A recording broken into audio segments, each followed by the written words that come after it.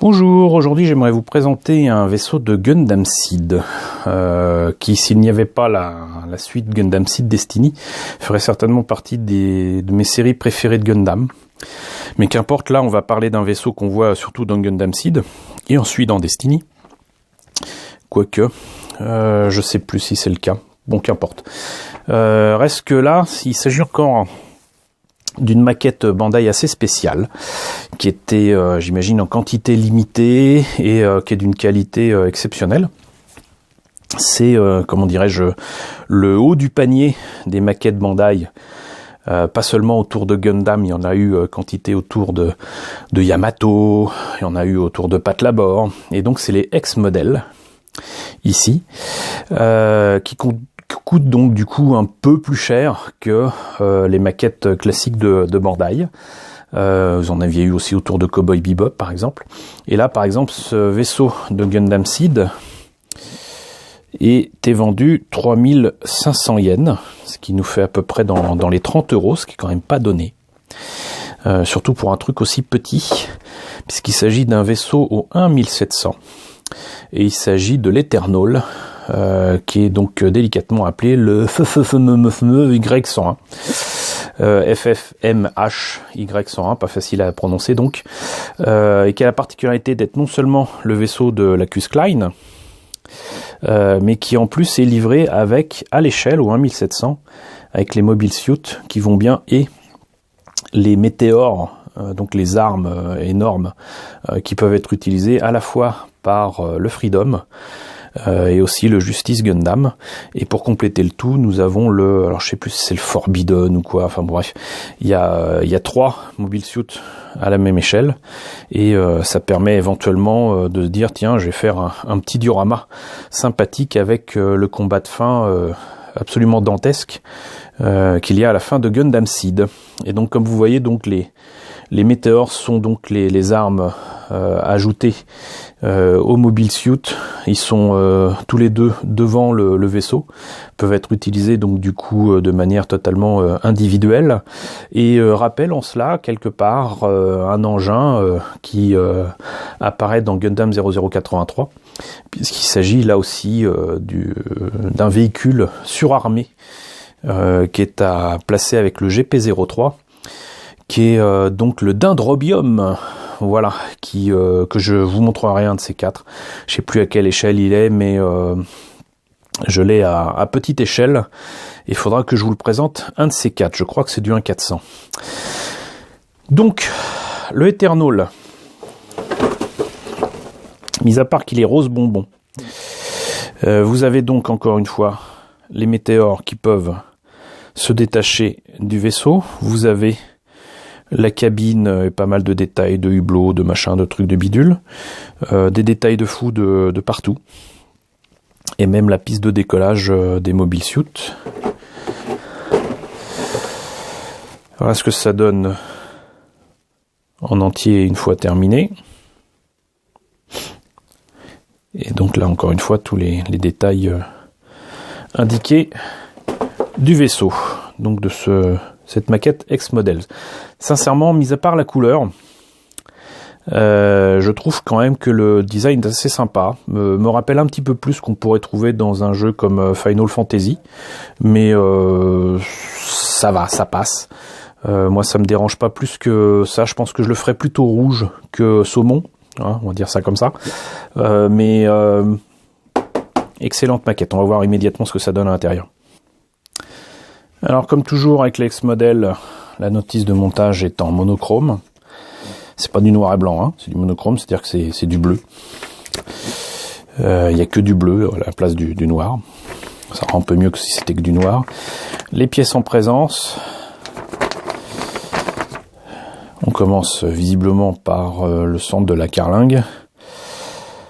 Les ailes à l'arrière sont en une seule pièce, donc ça arrange quand même vachement les choses. Tout est fait vraiment pour améliorer les trucs. Il y a très très peu de choses non seulement à coller, mais surtout à poncer. Là, ils indiquent même comment couper la pièce, c'est-à-dire qu'on commence par couper la pièce à ras de la grappe, mais La partie de la grappe qu'on aura enlevée, et ben on l'a fait après. C'est pour ça qu'il faut avoir des pinces coupantes de qualité. Donc c'est une étape, c'est un truc à faire en 2 étapes en fait. Voilà, parmi les rares choses qui nécessiterait éventuellement d'être poncé, il y a cette partie-là par exemple, même pas, parce qu'en fait vous pouvez rajouter des pièces dessus, ce qui permet d'éviter d'avoir à trop poncer. Donc hop là, pareil, même conseil pour découper ça. Et encore, c'est peut-être même un détail qui est inclus dans le design d'origine. Ici donc encore une fois les canons qui sont amovibles. Le canon, parce qu'il n'y en a qu'un. Là, je crois que c'est le truc de lancement des mobile suits avec le hangar carrément. Il y a, si je vous le montrais, ce serait peut-être mieux. Là, avec donc la piste de décollage, la catapulte.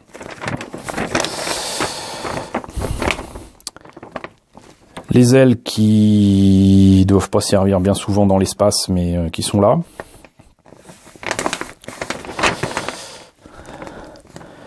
Les météores qui, mine de rien, même si c'est tout petit, que c'est grand comme un ongle, ont quand même plusieurs pièces. Avec des détails de fou.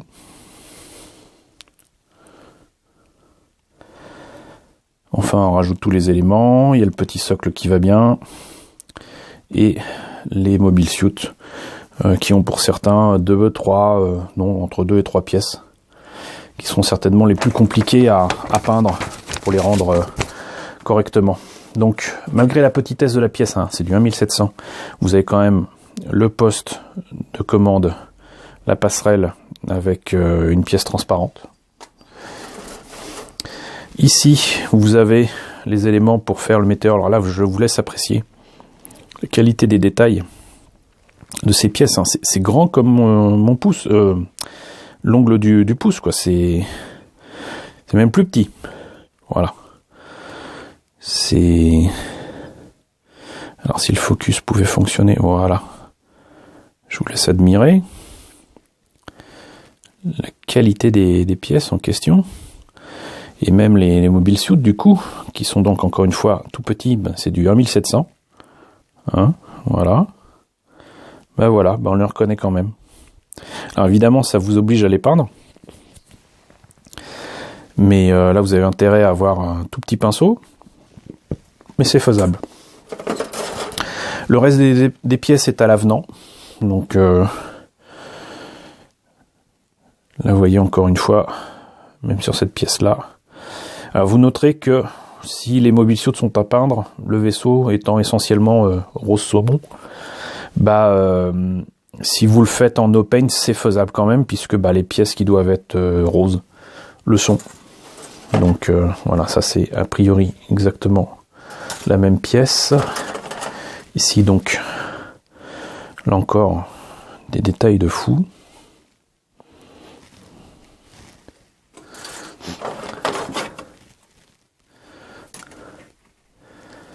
Et voilà pour la dernière grappe. C'est absolument fantastique. C'est un peu cher. J'aime pas la couleur originale du vaisseau, mais les détails forcent l'admiration. Ça, c'est une évidence. Et les autres vaisseaux de Destiny étaient disponibles aussi. Alors, je sais plus si c'était chez X-Model ou pas. Mais le fait est que ça valait le coup. Parce que les vaisseaux de Gundam, il y en a pas autant que les mobile suits, mais pas loin. Et il y a vraiment des formes intéressantes. Ça peut changer.